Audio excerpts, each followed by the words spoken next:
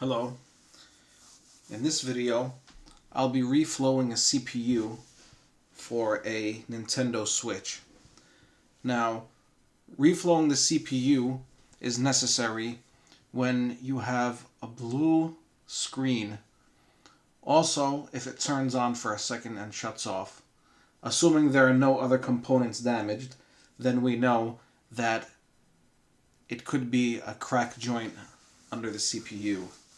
Usually you'll know this if pressing on the CPU has it functioning properly, and when you let go, then the fault comes back. Then we know, okay, that it's a crack joint under the CPU. And this is how we fix it. So this here is a donor board. It's not a customer's board. And this is just a demonstration and a tutorial on how to perform that rework.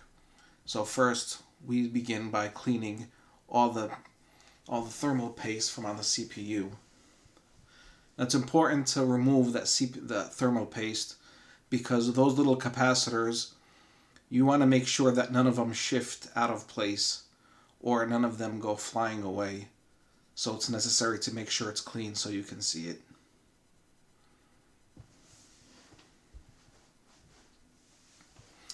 And once that's completely clean, then we go to the next step, which is applying the flux onto the edges of the CPU.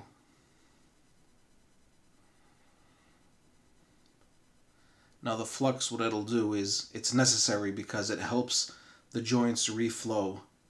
They reflow much easier, much faster when we apply flux. Applying flux just makes your life that much easier. You can never have too much flux. And the heat that we're applying, my rework station is a quick 861DW. That's the largest size nozzle it comes with. I'm at 450 degrees and the airflow is at 50, so level 50, which is basically half.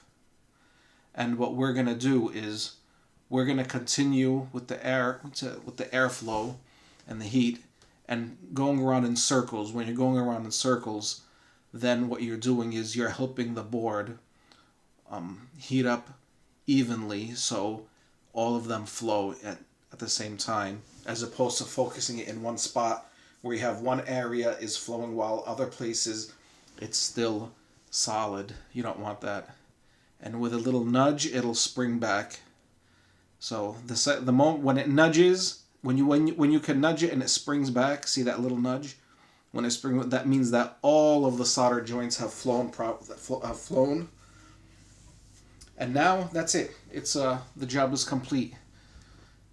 And these memory ICs over here, they're really a bonus.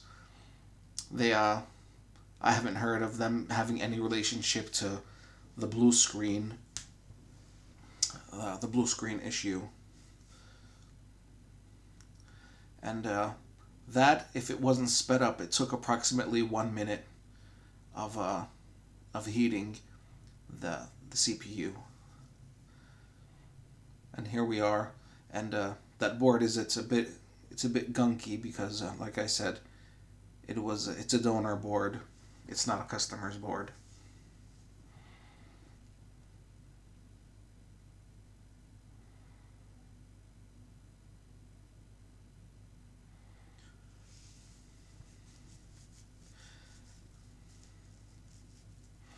And now, that area there, that's under the CPU. There are no disturbed components. The sticker is not burnt. So it shows that it was a successful reflow with no damage or no issues around it despite using 450 degrees. You see above the CPU, that's a plastic connector. That white connector, that's a speaker connector. Also, none of them damaged despite using high temperature. None of the components askew or shifted. So this counts as a successful reflow.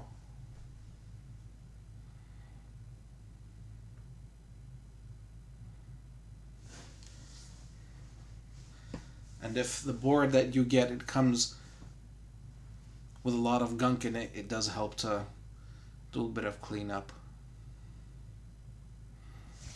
And that is a successful job.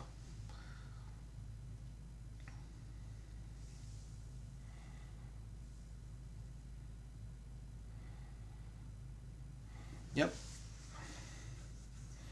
Any comments, questions? Please leave them, and I usually reply pretty quickly. Thank you.